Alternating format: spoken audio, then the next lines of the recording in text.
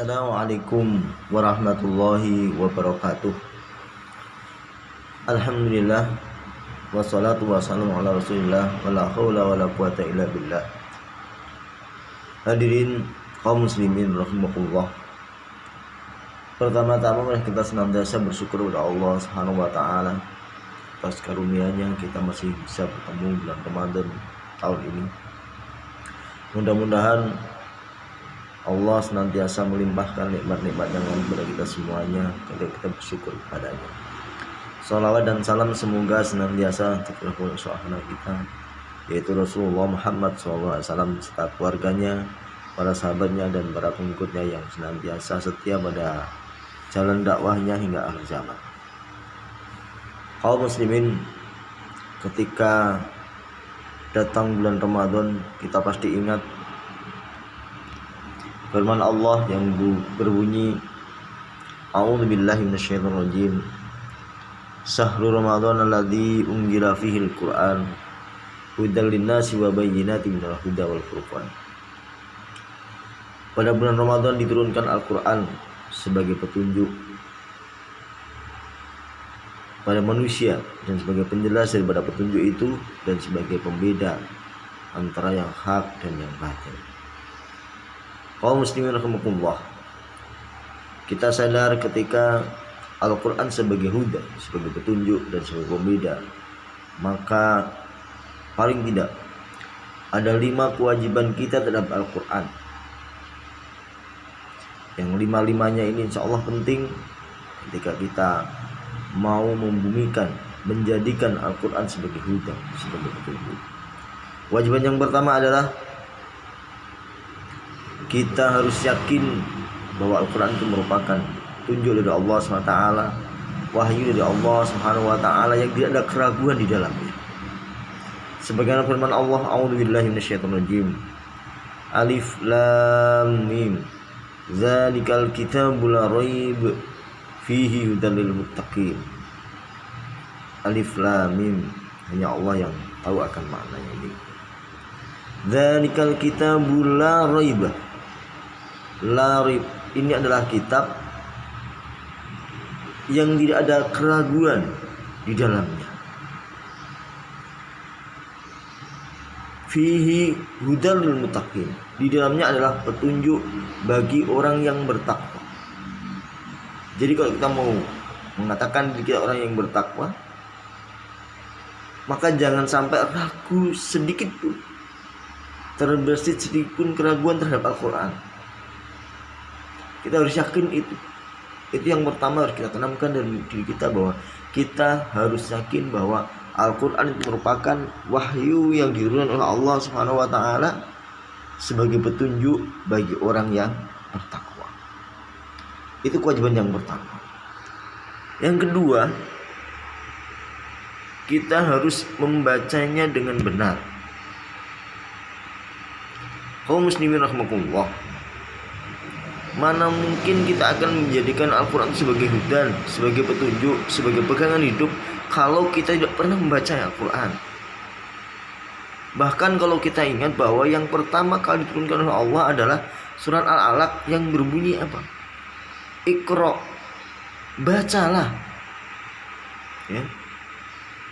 Iqra bismi rabbikal ladzi khalaq, bacalah dengan nama Tuhanmu yang telah menjadikan, dan seterusnya. Jadi awali dengan Iqra. Allah menurunkan Al-Quran diawali dengan perintah untuk membaca. Maka Al-Quran harus dibaca dengan benar. Jadi akan naif sekali ketika hari gini ini tidak bisa membaca Al-Quran dengan benar, karena media-media banyak sekali. Ya, kita bisa belajar Al-Quran di media sosial atau bahkan dimanapun sekarang banyak metode-metode membaca Al-Quran dengan benar. Ya.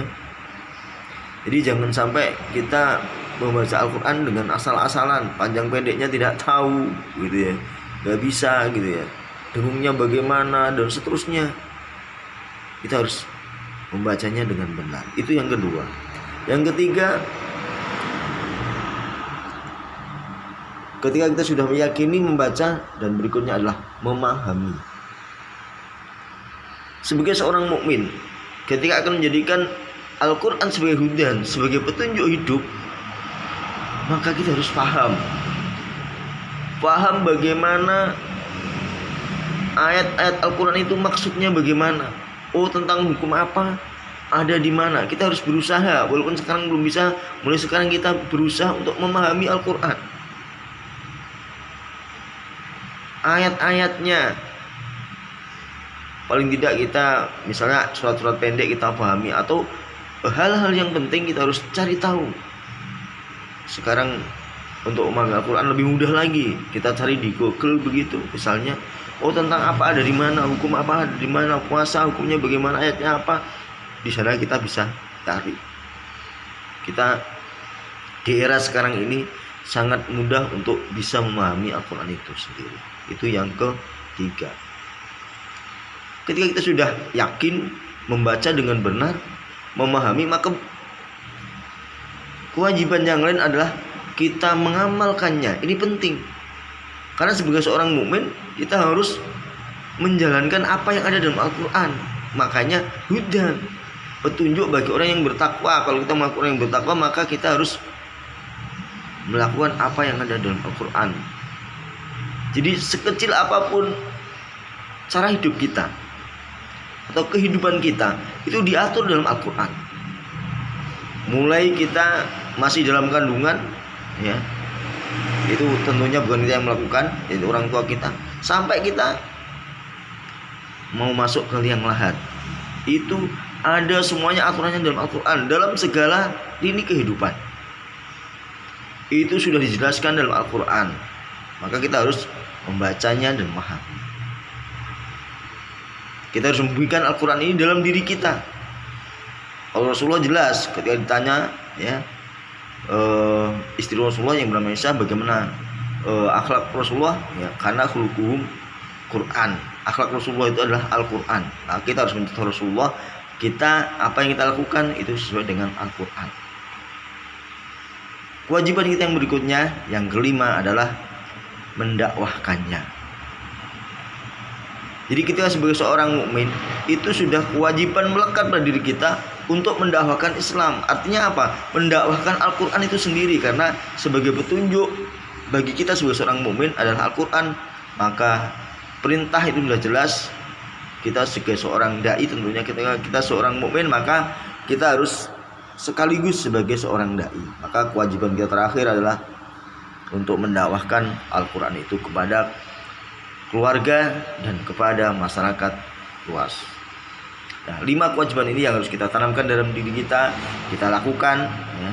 Insya Allah dengan demikian derajat takwa akan ada dalam diri kita. Demikian apa yang bisa kami sampaikan. Mudah-mudahan kita bisa melakukan ibadah bulan Ramadan ini dengan penuh ketakwaan, ya, dengan penuh keyakinan. Insya Allah semua yang ada dalam diri kita, masalah-masalah akan selesaikan oleh Allah semuanya. Akhirul kalam, billahi taufiq wal hidayah. Wassalamualaikum warahmatullahi wabarakatuh.